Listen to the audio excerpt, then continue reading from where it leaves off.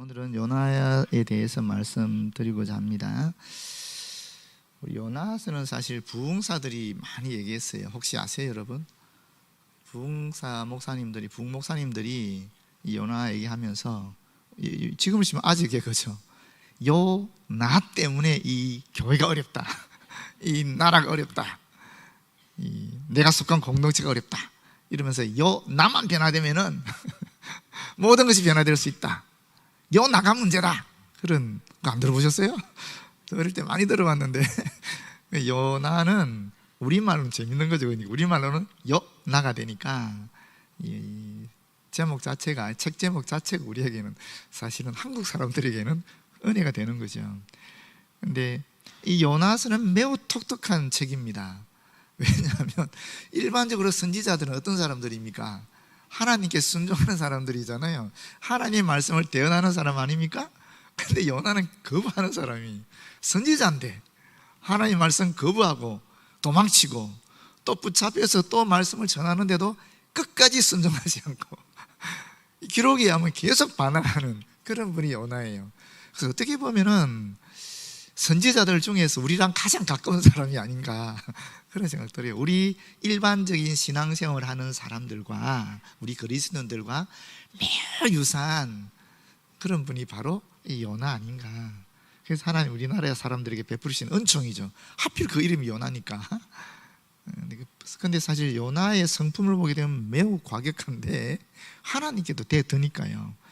그럼에도 불구하고 원래 이분의 이름의 뜻은 비둘기라는 뜻입니다.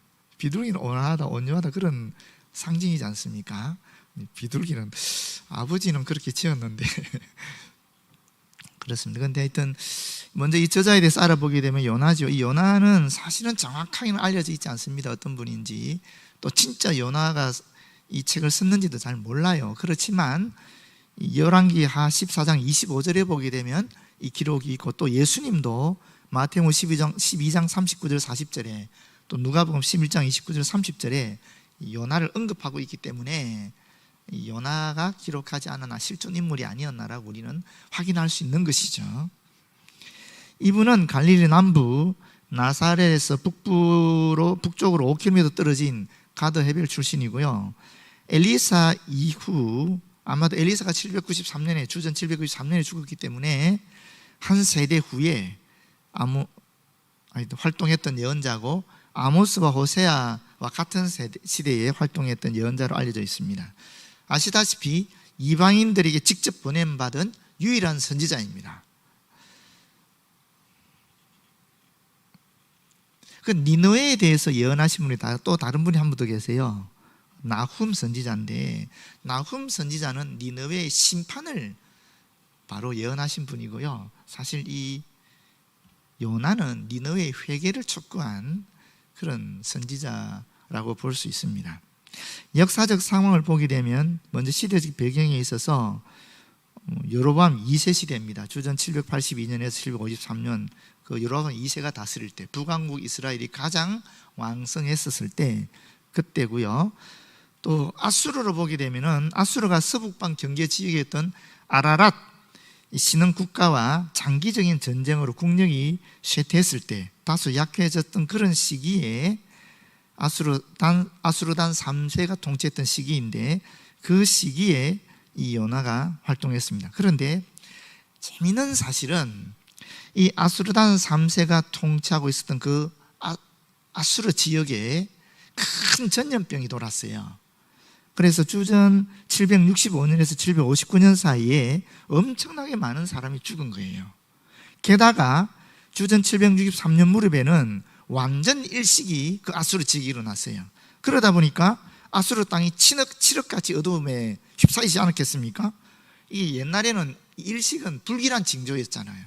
그러다 보니까 민심이 굉장히 동요한 그런 시기였습니다.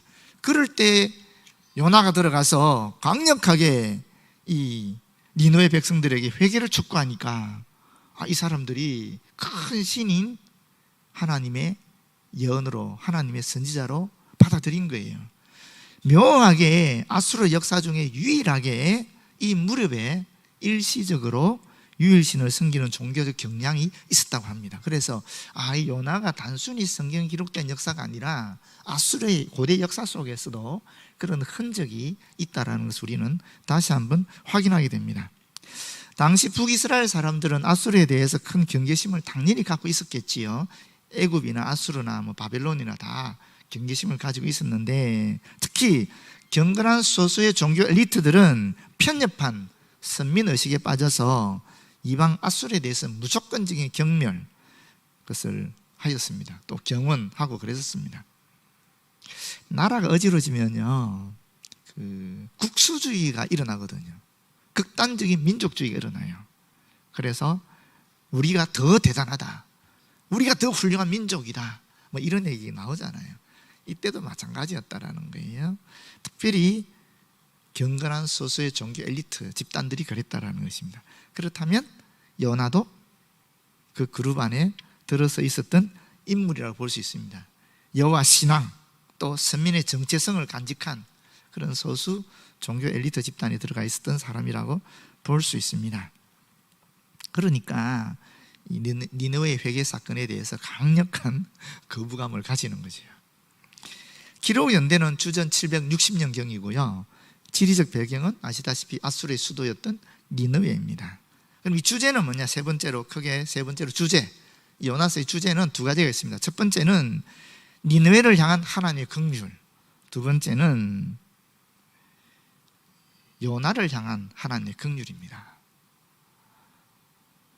니느웨를 향한 하나님의 긍휼은 다른 말로 하면은 전 세계 인류를 향한 하나님의 긍휼로, 사랑하심으로 볼 수가 있습니다. 하나님께서는 온 세상을 창조하셨죠. 온 인류의 주님이 되시는 겁니다. 단순히 그리스도인의 주 또는 선민 백성들의 주님이 아니시라는 겁니다. 온 세계, 온 인류, 온 우주의 주님이 바로 하나님이시라는 겁니다. 그래서 제가 대학 다닐 때 제가 외삼촌 교회를 다녔는데 외삼촌이 이런 얘기를 하셨어요. 설교하시면서 만약에 우주인을 만나면 어떻게 할 것인가? 우주인이 있는지 없는지는 모르지만 사실 우주인이 없다라고 보기는 좀 곤란하지 않겠어요? 너무나 넓은 세상, 넓은 우주니까 인간적 지혜로 봐서는 존재할 것 같긴 하거든요. 그럼에도 불구하고 우리는 알 수 없죠. 그런데 만약에 우주인을 만나면 어떻게 할 거냐는 거예요. 그것도 예수 믿으라고 전해야 된다는 거예요.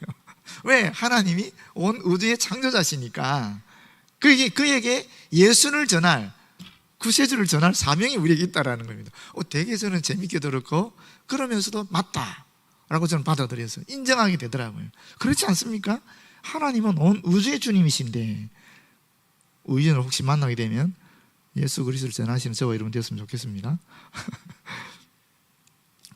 하나님은 온 세상, 온 인류, 온 우주의 주님이시라는 것입니다. 동시에 하나님은 반드시 이 세상에서 구별된 당신의 백성들, 선민, 그리스도인을 세워서 하나님의 일을 하신다는 것입니다. 선민을 통하여, 저와 여러분을 통하여 하나님께서는 하나님의 뜻을 실현시켜 나가신다는 것입니다. 사실 하나님께서 구원 계획에 이방인들을 포함시켰다는 것은 성경의 일관된 주제입니다. 창세기 12장이 아브라함을 부르시죠. 근데 그 12장 3절 하반절에 무슨 말씀이 있느냐 하면은 이런 말씀이 있어요. 땅의 모든 족속이 너로 말미암아 복을 얻을 것이라. 아브라함을 왜 택했는가? 아브라함을 통해서 온 세상에 있는 사람들에게 복을 주시기 위해서 택했다라는 거예요. 그게 아브라함을 택한 이유입니다. 아브라함을 위해서 택한 것이 아니라 아브라함을 통하여 온 세상 사람들에게 복을 주시기 위해서 그렇게 택했다라는 것입니다.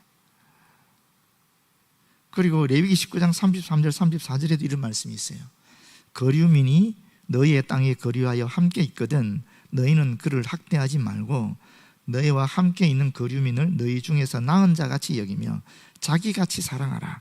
너희도 애굽 땅에서 거류민이 되었으느니라. 나는 너희의 하나님 여호와이니라. 선민도 사랑하시지만은 이방인들도 사랑하신다라는 거예요. 그런 면에서 우리 교회가 꼭 해야 할 일이 이런 일인 것 같아요. 사실 우리가 대덕 연구단지 옆에 있다는 것은 굉장한 하나님의 은총이거든요. 또 여기에는 반드시 이 지리적인 이점을 통한 하나님의 사명이 있습니다. 크게 보면 두 가지겠죠. 하나는 여기 오는 외국인을 향한 선교 아니겠어요? 두 번째는 뭐겠어요? 여기 오는 우리나라 청년들, 젊은이들을 향한 선교의 사명 아니겠습니까? 어떻게든 이걸 해야 되겠는데 참 아쉬운 게 많죠. 그런 면에 있어서 지금 다양하게 생각하고 있지만, 하여튼 우리가 이 자리에 하나님께서 교회를 세우신 이유는 어쨌거나 저기 있는 것 같아요. 저 젊은 그룹들과 또 외국인들을 향한 분명한 선교의 사명이 저에게 있습니다. 그것을 위해서는 어떤 형태로든 하드웨어든 소프트웨어든 거기에 맞춰 나가야 된다라고 보여집니다. 그리고 이사야 2장 2절에도 말일에 여호와의 전의 산이 모든 산 꼭대기 위에 굳게 설 것이요 모든 작은 산 위에 뛰어나리니 만방이 그리로 모일 것입니다. 만방이, 온 세상 사람들이 다 그것으로 모일 것이라는 것입니다. 일관되게 성경은 하나님의 선민에 대한 이야기를 하고, 이 선민이 왜 하나님의 택하심을 받았는가? 온 세상 인류를 위한 중부 사명을 감당하기 위해서, 중보자 역할을 하기 위해서, 제사장적 역할을 하기 위해서 부르심을 받았다라는 것을 분명히 알려주고 있고, 또한 동시에 하나님께서는 당신의 백성들을 통하여, 이 그리스도인들을 통하여 하나님의 일을 하신다라는 것입니다. 그게 분명히 성경에는 나와 있습니다. 하나님께서는 저와 여러분을 통해서 주님의 일을 하시지, 하나님이 직접적으로 하시는 일은 거의 있기는 있지만, 우리가 알지 못하는 세상에서 일어나고 있겠지만 거의 없다라고 봐야 된다는 것입니다. 하나님 역사는 우리의 생각을 초월하기 때문에 또 절대 인간을 통해서만 역사한다, 그러기 보기엔 또 곤란하죠. 하나님 역사는 다양하게 일어나니까. 네. 그럼에도 불구하고 유대인들은 선민의식 가운데에 이방인을 향한 하나님의 관심을 이해하지 못했고 종종 방해했죠. 예수님께도 그랬고 요나도 그렇게 했고, 이스라엘이 망했던 이유는 결국 이 사명을 감당하지 못했기 때문에 망한 것입니다. 뿔뿔이 흩어버린 것입니다. 강성해지면 강성해질수록 선민으로서 이 땅에 만방에 주님을 전할 사명이 있었음에도 불구하고 그들끼리만 뭉쳤고 선민의 사명을 감당하지 않았기 때문에 하나님께서 헤쳐버린 것입니다. 두 번째는 요나를 향한 하나님의 긍휼함입니다. 요나는 아수를 향해서 회개의 메시지를 전파하는 것은 이스라엘의 적군을 돕는 것과 같다고 생각했습니다. 그래서 요나는 애국심에 젖어서 하나님보다 자기 나라를 더 우선시했다라는 것입니다. 사실 당연한 거 아닙니까? 저나 여러분도 그렇지 않습니까? 솔직히 우리나라가 더 우선시 되는 게 당연한 것 아닙니까? 그럼에도 불구하고 이분은 이래서는 안 되는 거거든요. 왜? 선지자로 부름받았잖아요. 특별한 계시를 받은 분이잖아요. 아니, 저나 여러분도 하나님께 특별한 계시를 받으면 가야죠, 어디든지. 그런데 특별한 계시 받으면 별로 없잖아요, 여기. 그렇지 않습니까? 직통 계시를 통해서 하나님, 야, 가! 그럼 얘 하고 가겠지만 그렇게 받으면 별로 없잖아요, 여기. 다 우리는 말씀을 통해서 받는 건데, 대부분이. 그런데 이 요나는 다르지 않습니까? 특별한 사람이었지 않습니까?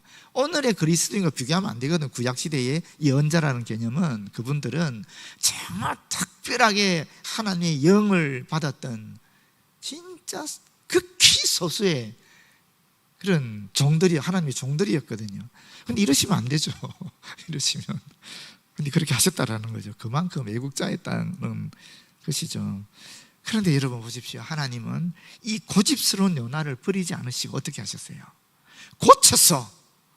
고치셔서 동력자로 사용하고 있다는 거예요. 저는 이게 너무 고맙고 감사해요.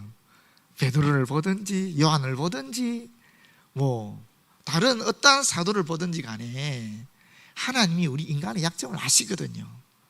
결점을 아세요. 아심에도 불구하고 우리와 더불어 일을 하시는 거예요. 저는 이게 너무 고맙고 감사해요. 저같이 약점이 많고 결점이 많은 사람도 어쨌거나 하나님께서 인간의 99가지 결점 다 안 보시고 한 가지 장점, 주님께 순종하는 그 마음, 주님을 사랑하는 그 마음 하나 보시고 저를 사용한다고 느낄 때에 얼마나 크게 감사한지 모르겠어요. 하나님은 자연을 다스리는 능력을 사용하셔서 선지자 요나를 바꾸십니다. 폭풍을 통해서, 심지어 제비뽑기를 통해서, 여러 가지 사고를 통해서, 물고기를 통해서, 식물을 통해서, 벌레를 통해서, 동풍을 통해서 하나님께서는 요나에게 하나님의 긍휼과 사랑을 가르쳐 주신다는 것입니다. 여기서도 보면 요나서의 가장 재미있는 흥미로운 이 발견이 뭐냐면, 선지자 요나를 제외한 모든 사람들이 다 하나님께 순종한다는 거예요. 너무나 재미있는 현상이죠. 그렇지 않습니까? 아니, 선지자가 하나님께 순종해야 되는 거 아닙니까? 그런데 선지자는 하나님께 불순종하고 그 외의 모든 사람을 비롯해서 자연까지 다 하나님께 순종하고 있는 거예요. 너무 재미있는 현상이죠. 그렇지만 중요한 것은 뭡니까? 하나님께서 이런 모든 자연 만물을 통해서 요나에게 하나님의 긍휼과 사랑을 가르치고 있다는 것입니다. 그리고 그를 하나님의 동력자로 사용하신다는 것입니다. 그게 정말 큰 은혜지요. 얼마나 감사한지 모르지요. 네 번째, 그리스도의 예표입니다. 그리스도의 예표는 분명하게 마태복음 12장 39절에 41절에 나옵니다. 예수께서 대답하여 이르시되 악하고 음란한 세대가 표적을 구하나 선지자 요나의 표적밖에는 보일 표적이 없느니라. 요나가 밤낮 사흘 동안 큰 물고기 뱃속에 있었던 것 같이 인자도 밤낮 사흘 동안 땅 속에 있으리라. 심판 때에 니니웨 사람들이 일어나 이 세대 사람을 정죄하리니 이는 그들이 요나의 전도를 듣고 회개하였음이거니와 요나보다 더 큰 이가 여기 있다. 이렇게 예수님이 말씀하셨어요.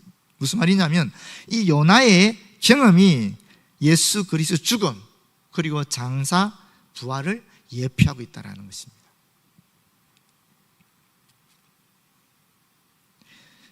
마지막 다섯 번째로 핵심 구절인데 제가 두 구절을 보도록 하겠습니다. 먼저 3장 3절에서 4절입니다. 3장 3절에서 4절 제가 읽어드리겠습니다. 요나가 여호와의 말씀대로 일어나서 니느웨로 가니라. 니느웨는 사흘 동안 걸을 만큼 하나님 앞에 큰 성읍이더라. 요나가 그 성읍에 들어가서 하루 동안 다니며 외쳐 이르되 40일이 지나면 니느웨가 무너지리라 하였더니, 이게 왜 핵심 구절이냐면 저는 이 말씀에서 굉장한 은혜를 받았거든요. 왜냐하면 여기 보시면 요나가 여호와의 말씀대로라고 하고 있습니다. 이 2장과 3장과는 사실은 간격이 있어요.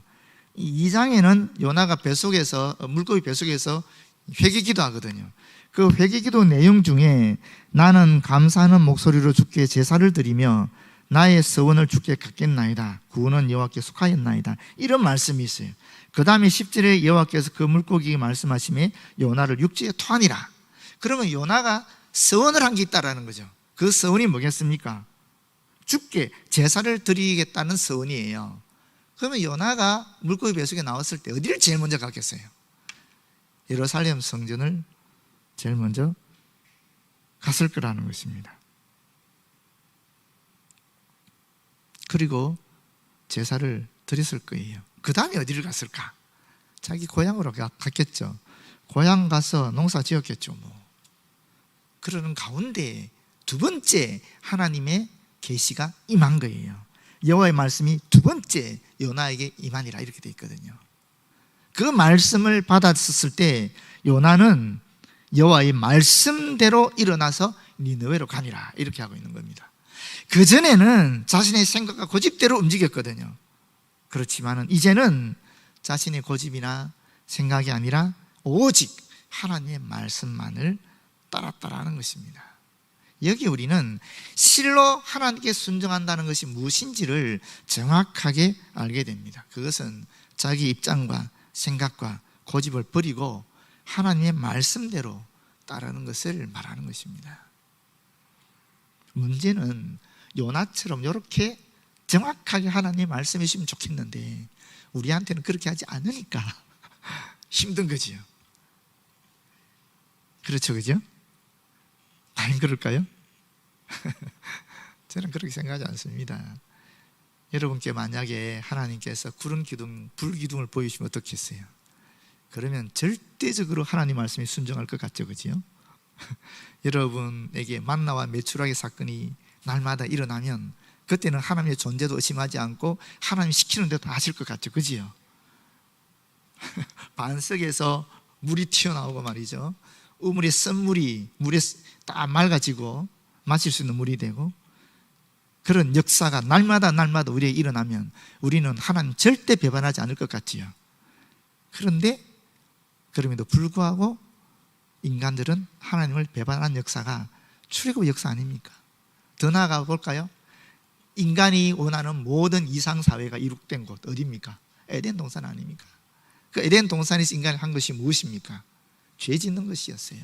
그게 인간이라는 거예요. 성경이 얘기하는 것은 우리 인간의 본성은 그렇다라는 것입니다.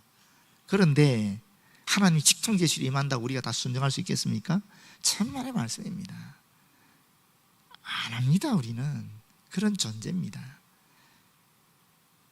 그래서 혹시 여러분한테 하나님의 직통제실이 임한다 할지라도 사실은 확인할 필요가 있습니다. 우리는 왜? 우리는 우리 인간의 눈, 우리 인간의 이성, 우리 인간의 생각, 우리 인간의 감각을 믿을 수 없기 때문에 그렇습니다. 오히려 가장 믿을 수 있는 것은 뭐냐? 하나님의 계시된, 기록된, 지금까지 내려왔던 이 말씀입니다. 이것만 믿을 수 있어요. 솔직히.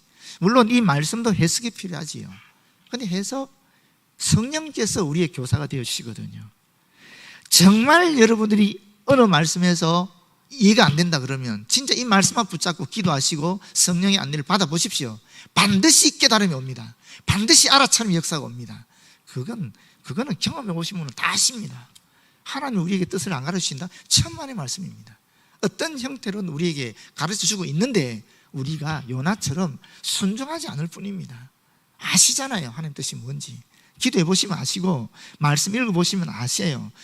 계속 하나님 뜻이 뭔지 계속 말씀 보고 기도하면서 생각하면 하나님께서 반드시 알려주십니다. 그런데 그렇게 알려주셔도 우리 이성이, 우리의 고집이, 우리의 생각이, 우리 안에 들어와 있는 어떤 다른 것들이, 어쩌면 우상이라고 볼 수 있는 것들이 그것을 막아버리는 것입니다. 요나처럼. 그것이 우리의 현실입니다. 근데 뒤에 이런 말이 요나도 나와요. 요나는 분명히 큰 물고기 속에 들어가서 죽다 살아나지 않았습니까? 이제는 하나님 말씀 그대로 순종하겠습니다라고 서원하지 않았습니까? 그럼에도 불구하고 또 그렇지 않잖아요. 니느웨는 사흘 동안 걸을 만큼 하나님 앞에 큰 성읍이라고 그랬습니다.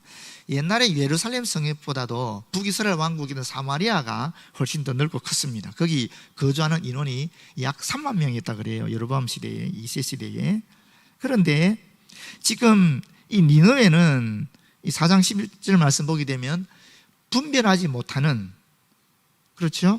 좌우를 분별하지 못하는 자가 12만 명이라고 했거든요. 좌우를 분별하지 못한다는 것이 약 7세, 6세 고래 되는 아이들을 얘기하는 거예요. 그 시대로 얘기하면은. 그 어린애들이 12만 명이면은 어른들은 얼마나 될까? 학자들이 추정해 하면은 이런 좌우를 분별하는 어린애들이 보통 고대 사회에서는 5분의 1이었다 그래요.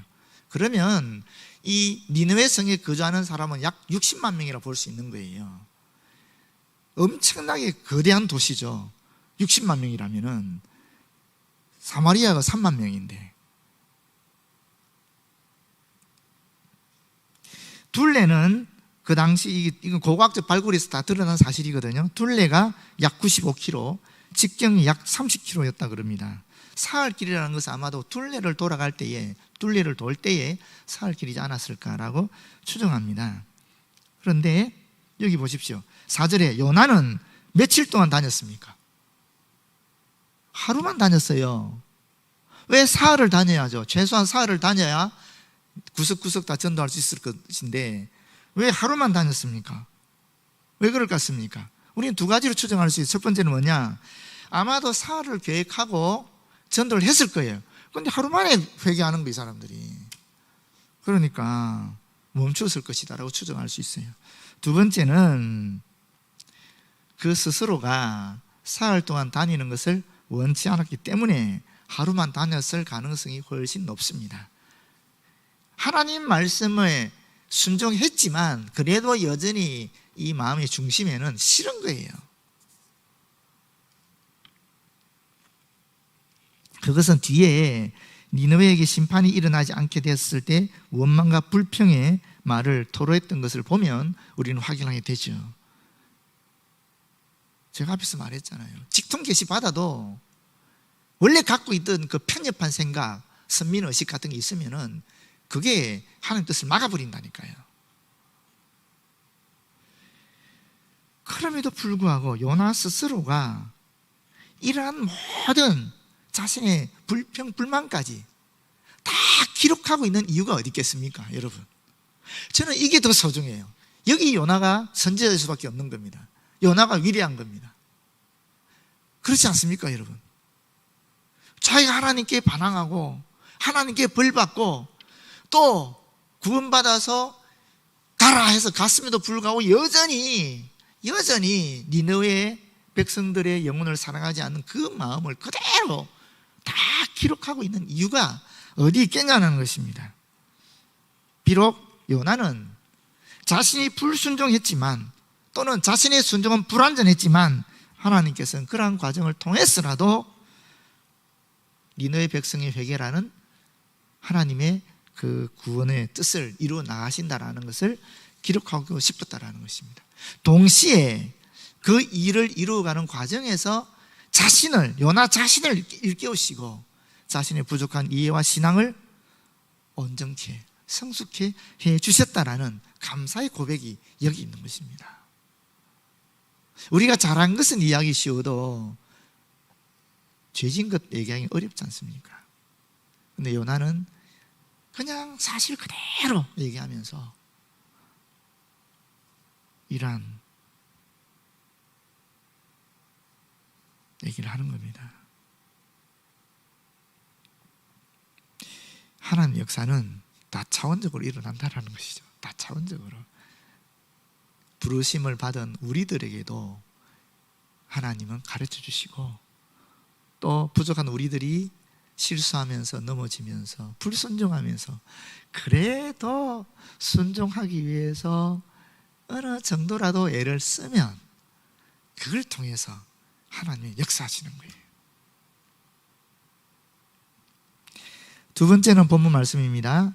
6절부터 11절입니다. 하나님 여호와께서 박능쿨을 예비하사 요나를 가리게 하셨으니 이는 그의 머리를 위하여 그늘지게 하며 그의 괴로움을 면하게 하려 하심이었더라. 요나가 박능쿨로 말미암아 크게 기뻐하였더니 이 최상급 표현입니다. 얼마나 고통스러웠던지를 알려주는 것이죠.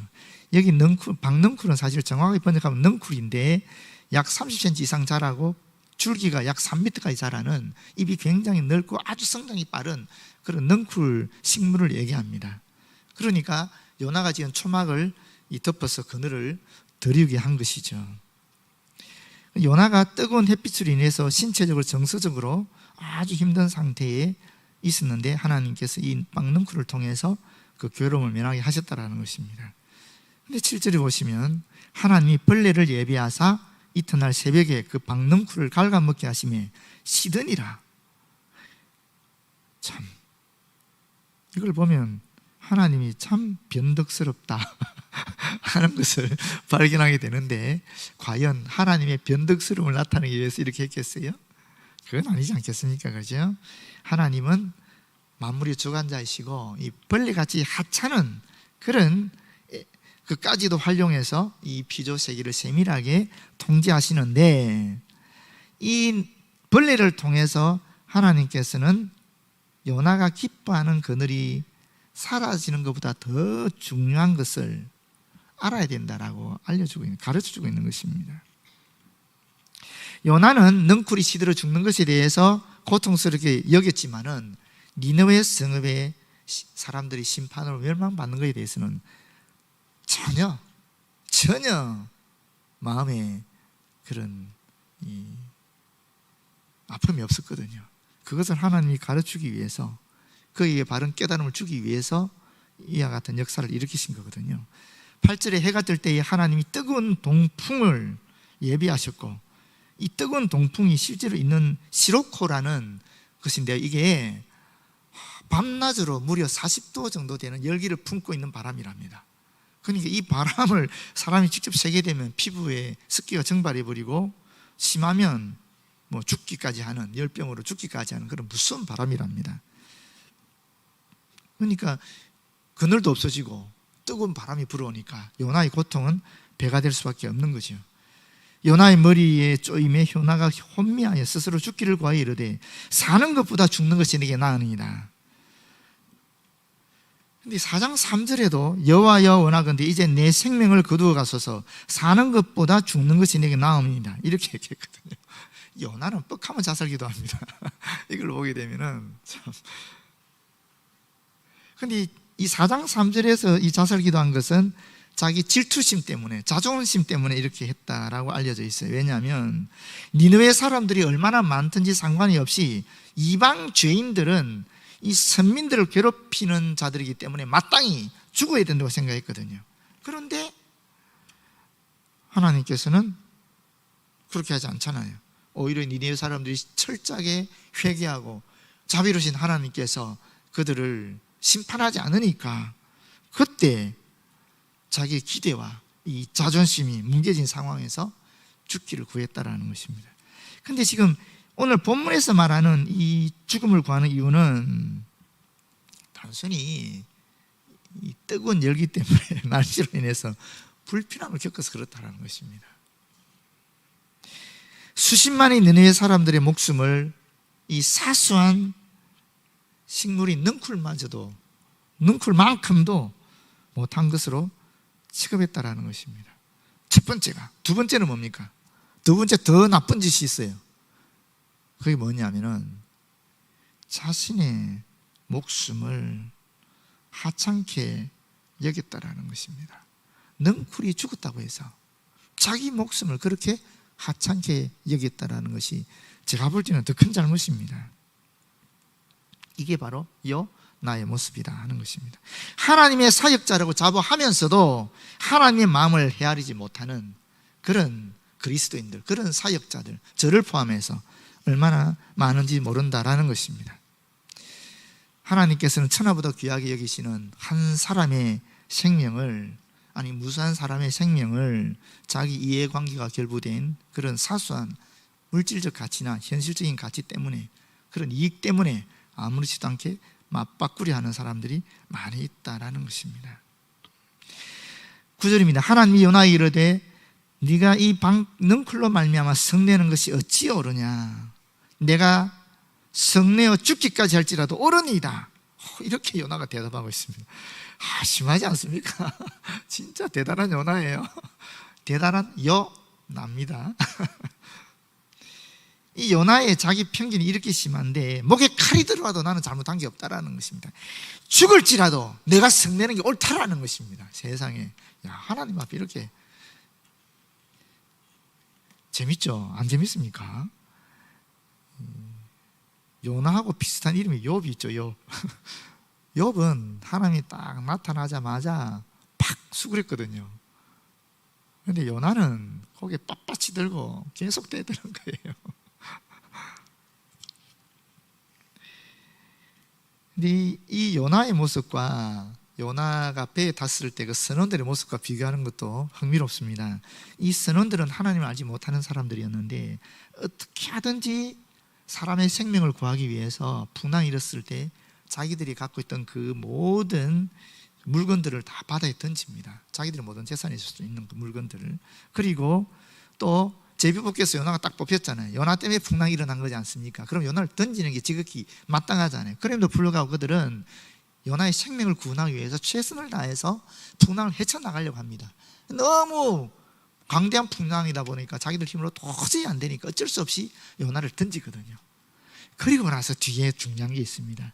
그리고 난 다음에 겸손히 하나님께 용서를 구하고 은혜를 구하는 모습을 보여주고 있습니다. 하나님을 알지 못하는 사람들이 이렇게 하고 있는데 요나는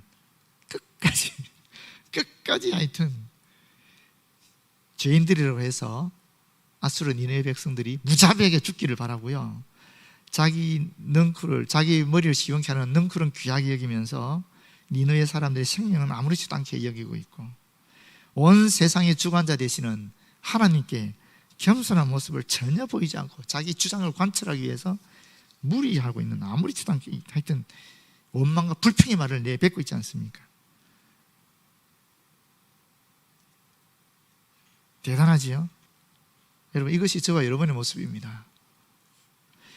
여호와께서 이르시되 내가 수구도 아니하였고 재배도 아니하였고 하룻밤이 났다가 하룻밤에 말라버린 이 방능쿨을 아꼈거든. 하물며 이 큰 성읍 니느웨에는 좌우를 분별하지 못하는 자가 12만여 명이요 가축도 많이 있나니 내가 어찌 아끼지 아니하겠느냐. 능쿨과 니느웨 성읍은 실로 비교조차 할 수 없을 만큼 그 가치가 다르다라는 것입니다.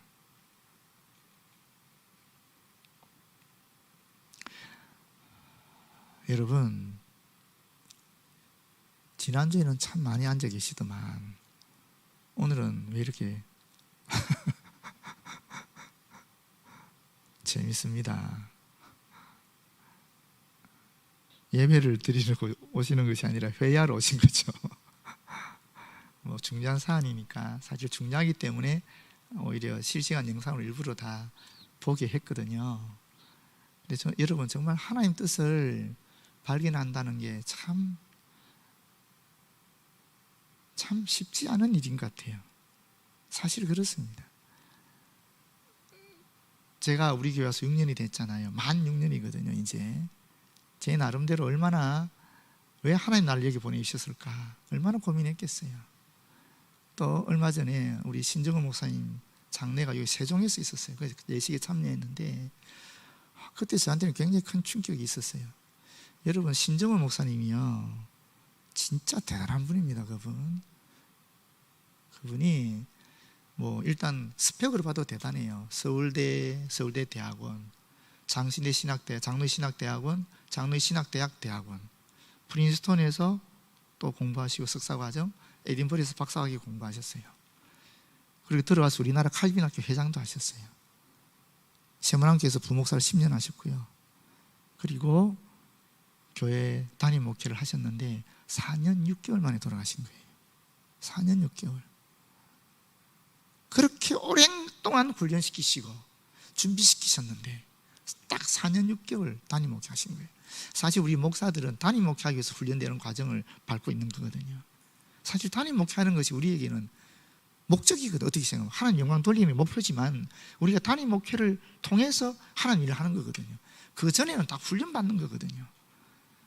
근데 4년 6개월입니다. 얼마나 많은 훈련을 받았는데, 얼마나 많은 준비를 했는데 4년 6개월 쓰시더라고요.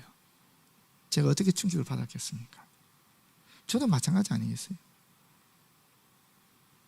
제가 언제 하나님 부르실지 모르잖아요. 남의 일이 아니더라고요. 그럼 내가 해야 할 일이 뭘까?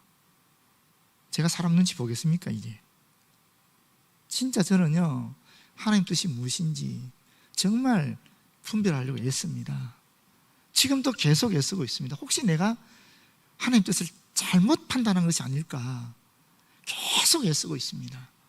당에서도 끊임없이 장로님과 의논하고 또 장로님들 의견을 듣고 또 장로님들 계속 이야기하고 혹시 내가 하나님께 받은 비전이 잘못된 것이 아닐까 싶어서 계속 논의합니다. 하루 이틀도 아니고 무려 8개월, 9개월을 이거로 머리 싸매고 시간을 투자하고 그렇게 합니다. 지금도 마찬가지예요. 그럼에도 불구하고 혹 내가 하나님 뜻을 제대로 분별하지 못하고 있는 것은 아닌가 항상 그 생각 가지고 있습니다. 언제든지 하나님 막으시면 스톱이다 하는 생각을 늘 가지고 있습니다.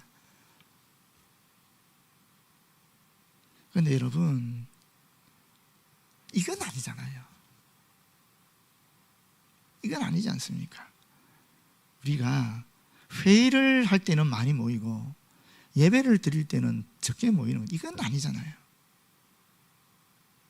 정말 우리가 교회를 사랑한다면 정말 우리가 이 지역에 대덕 연구단지가 있는 이 지역에 우리 교회에 세워진 그 사명을 생각한다면 좀 생각이 되지 않겠습니까? 이것이 무슨 뭐 당장 나온 얘기가 아니지 않습니까? 제가 말씀드렸잖아요. 지난번에도 이게요 이미 2007년에 나온 얘기예요. 2007년에 나와서 2008년 10월에는 12월에 교육관 신축을 결의했고요. 2009년 7월에 교육관 신축 추진을 결의 또 했어요. 우리 당은 이미 몇 년입니까? 13년 전에, 14년 전에 이미 결의하고 추진까지 또 결의한 상황이에요. 그런데 그 당시에 세 가지 일을 추진했어요.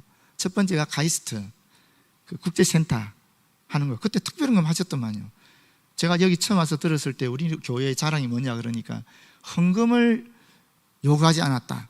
그렇게 자랑하셨는데 특별헌금 하셨더만요 보니까. 당회에서 결의해서 특별헌금을 거둔 건 죄송하고 특별헌금을 하도록 하셨더만요. 당회 결의를 통해서.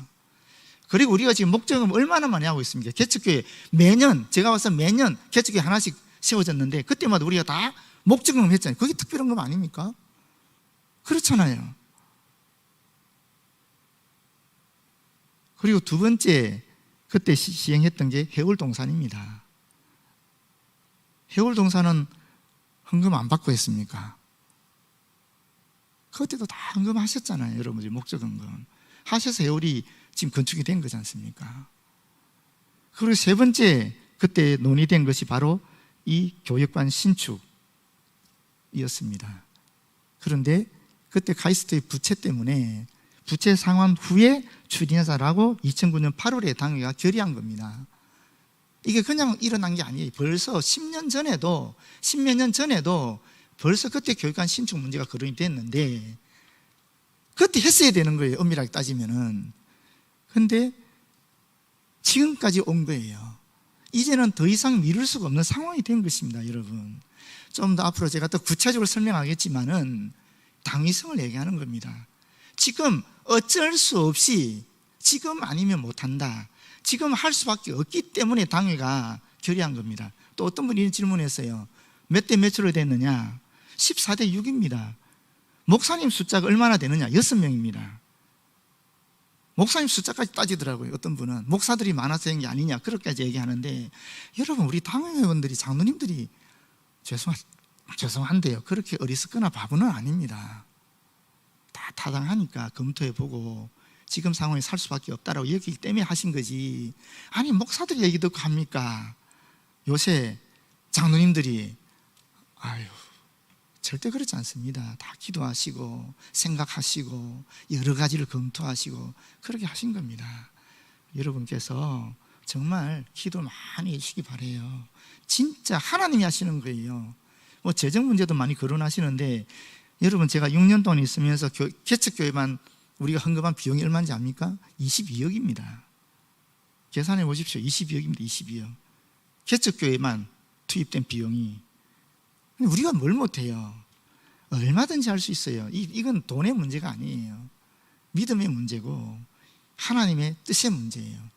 우리 성도들은 하나님 뜻이라는 분명한 명분이 있으면 얼마든지 하시거든요. 공감하지 못하기 때문에 그렇지. 그런데 지금 당위는 비전이 공유가 됐어요. 이제 재직들과 여러분이 이 비전에 공유할 수 있느냐 없느냐에 하나님 뜻이 달려있겠지요.